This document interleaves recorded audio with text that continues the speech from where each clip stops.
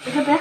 Jangan beli dulu biar. Kulkas LG inverter kedip 7 kali, tapi ini udah review ya. Nah, di sini 7 kali LED 1 kedip 7 kali mendeteksi adanya hubungan singkat pada IC IPM.